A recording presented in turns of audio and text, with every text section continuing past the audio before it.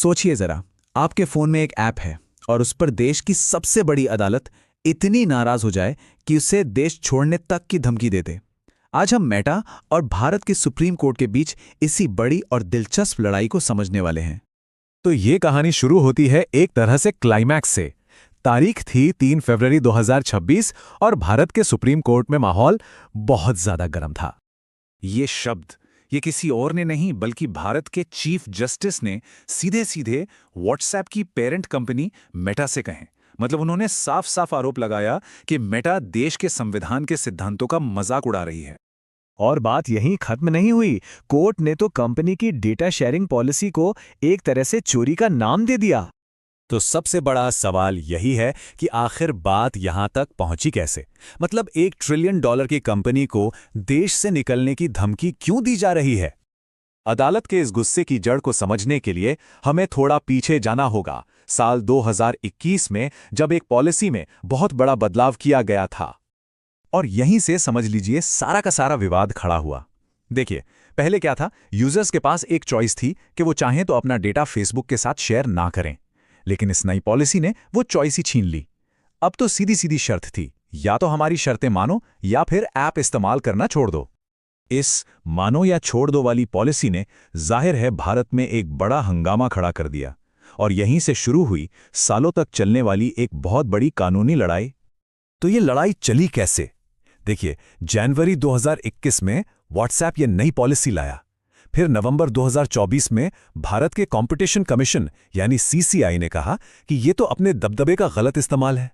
एक साल बाद एक और अदालत ने जुर्माने को तो सही ठहराया, लेकिन डेटा शेयरिंग पर जो रोक लगी थी उसमें थोड़ी ढील दे दी। और बस फिर क्या था, फरवरी 2026 में ये पूरा मामला देश की सबसे बड़ी अदालत सुप्रीम कोर्ट पहुंच गया। और ये सिर्फ कोई छोटी मोटी चेतावनी नहीं थी। मेटा पर 213 करोड़ रुपए से भी ज्यादा का भारी भरकम जुर्माना लगाया गया, जिसे कंपनी को भरना भी पड़ा। अब चलिए इस केस के बिल्कुल दिल में चलते हैं, जहां अदालत ने सहमति या कंसेंट के मतलब पर ही एक बहुत बड़ा सवाल खड़ा कर दिया। यहां पर अदालत ने एक बहुत ही बुनियादी और बड़ा सवाल उठाया।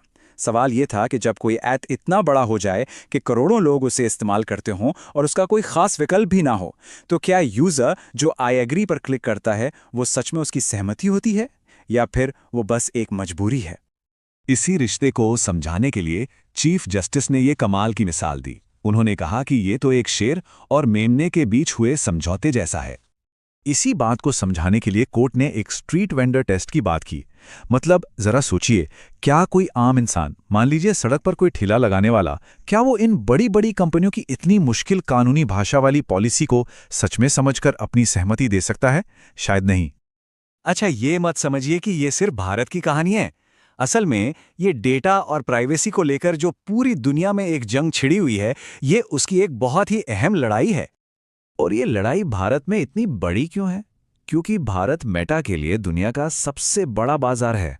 यहाँ करोड़ों लोग उसके ऐप्स इस्तेमाल करते हैं, इसीलिए यहाँ जो भी होता है उसका असर पूरी दुनिया पर पड़ता है। और ऐसा नहीं है कि सिर्फ भारत में हो रहा है, पूरी दुनिया में मेटा की प्राइवेसी पॉलिसी पर सवाल उठ रहे हैं। जैसे यूरोप में GDPR जैसा एक बहुत सख्त कानून है जो यूजर्स को अपने डेटा पर कहीं ज्यादा कंट्रोल देता है। वहीं अमेरिका में भी मेटा पर केस चल रहा है कि उसने यूजर्स को धोखा दिया है। तो अब सवाल ये है कि आगे क्या होगा? ये लड़ाई अब किस मोड़ पर जाएगी? खैर, अदालत ने अगले कदम बिल्कुल साफ कर दिए हैं।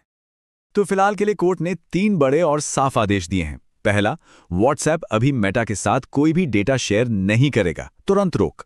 दूसरा, मेटा को यह बात लिखकर एक हल्फनामे में देनी होगी। और तीसरा, सरकार को भी इस केस में शामिल होने को कहा गया है ताकि देश के लिए एक ठोस डेटा पॉलिसी पर काम हो सके।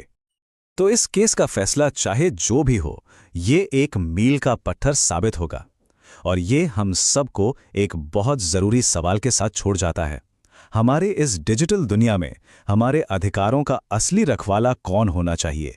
बड़ी बड़ी कंपनियां या हमारे देश का संविधान?